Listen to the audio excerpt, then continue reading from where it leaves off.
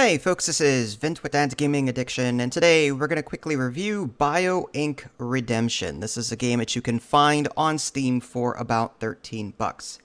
So this game, I think, is heavily inspired by Plague Inc. In Plague Inc., you try to infect the entire world, although there were various modifications and other game modes added later via the community and by the developer that allowed you to try and save the planet as well.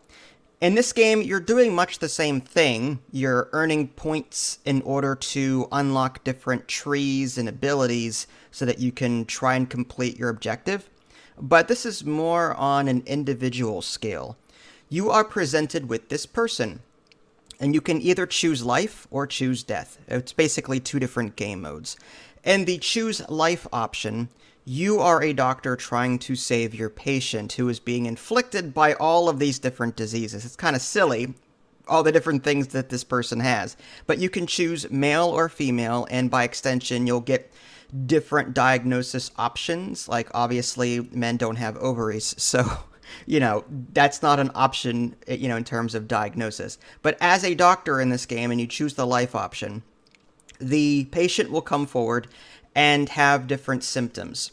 And you're going to be earning bio points as the game progresses. You click on the different types of systems the person has, like the circulatory system or the respiratory system, the skeletal system, and so on, muscular.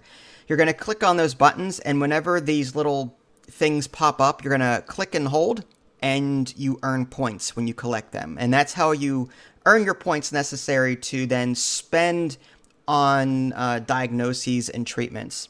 So once you have points, you look at your biomap, and the biomap again is broken up into several categories, all your different systems: circulatory, respiratory, digestive, nervous, so on.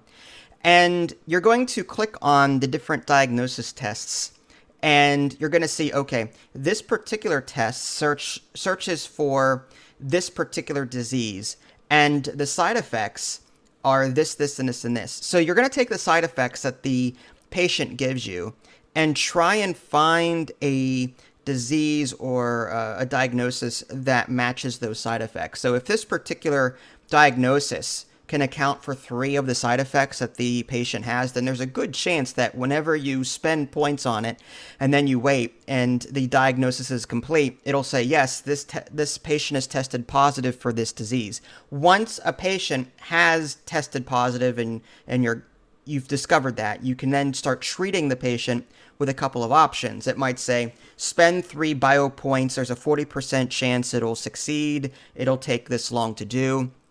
Or spend 10 bio points, but there's a 90% chance that it'll succeed, and it'll take this long to do. So you have a choice there, risk taking.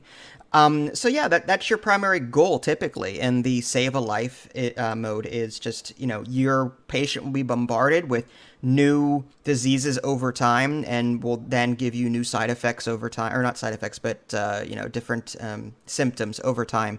And you're going to be trying to find all of them and cure them. The different levels in that mode involve things like, okay, the typical mode is the doctor, you'll just have to continue treating the patient until it reaches 100%. For every disease that you treat, you get like 4% or 6% to his life meter, and then when it fills up, you win. So as long as the patient doesn't die first. So that's one game mode in that particular area. And then another one might be, just you've got to do this, or this. So there are variants to the end game goal, but primarily your job as the doctor is cure the patient by finding all the different diseases. Okay. That is the choose a life option. The choose death option is the opposite. You are the disease and you're trying to kill the patient. You're trying to inflict them, again, with various diseases. And the patient will be able to visit the doctor's office and will treat these over time.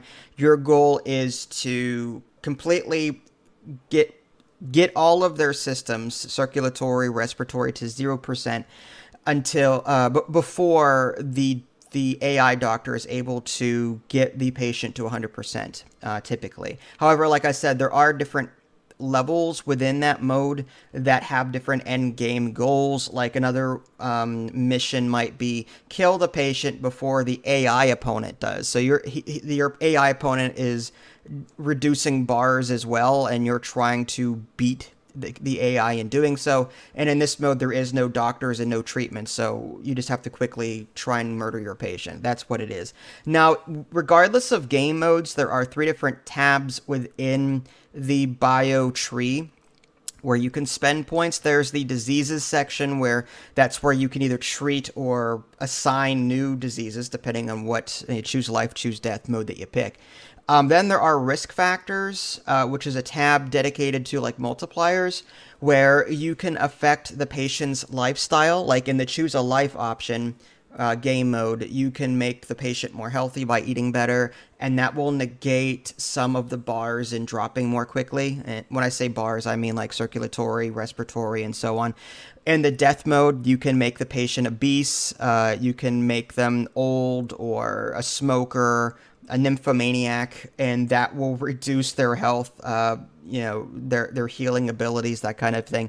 There's also a recovery tab. This typically unlocks over time. It's sort of like an emergency oh crap tab, where if let's say you're trying to cure the patient in the life mode and their circulatory drops below 10%, an option will unlock that lets you raise it by so much, or do some kind of emergency room action to it. And again, all of these different things costs points. So like Plague Inc., you're looking at like a resource / point management system. There's also a very small upgrade section as you're playing. As you play and you complete that achievement for that game only, like for example, spend 50 bio points. If you do that, then you can spend 4 bio points to upgrade and gain 20% more resources when you're clicking on these various things that pop up, and so on. So there's a small upgrade tree there. As you continue beating level after level after level, you do gain experience points that allows you to spend these experience points before each match to give you bonuses in various areas. Like if you're playing the life option, it will improve the speed of diagnosis tests by 10%, or for 2 XP you can get this, or for 3 XP you can get that. XP you always get refunded at the end of, so like it's not a permanent spend kind of thing. You don't have to like save it for a really tough level. When you've got 3 XP, you always have 3 XP to spend for that next level. The next level you have another 3 XP to spend, and so on. And then as you beat levels, you gain more XP, then you can unlock more bonuses to beat the tougher levels. There's also difficulties, easy, medium, hard, and I think there's one past that. So yeah, it's not bad. My only complaint with it, it's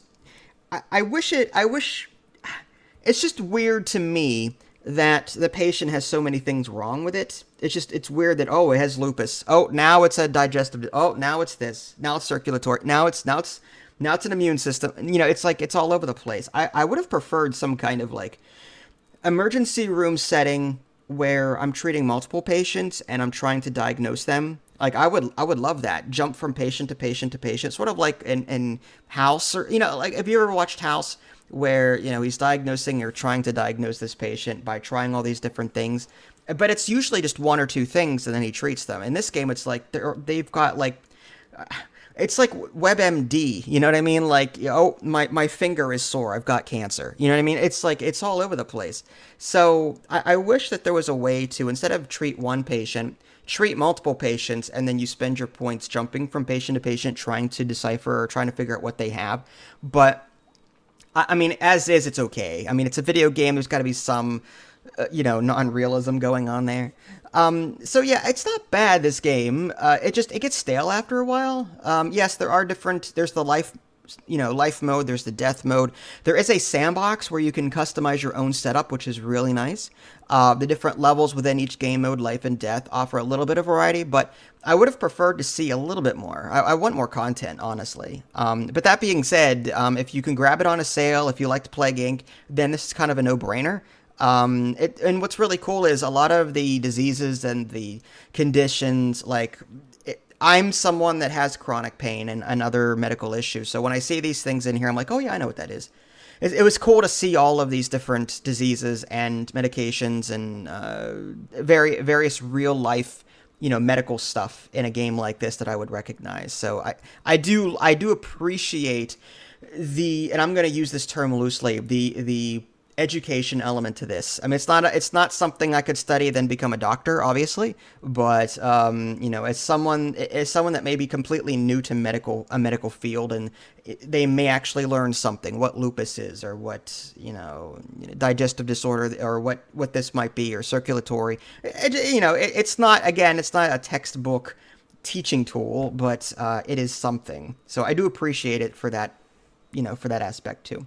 But long story short, BioInk Redemption, probably not as good as Plague Inc. Plague Inc. I think offers more content, but you can get a lot of playtime out of this. Just be warned that it does get repetitive over time. So this is a game I would come back to, put down for a while, come back to, put down for a while, and rinse, repeat, and, play it for a little bit. But yeah, on a sale, I think it is worth it.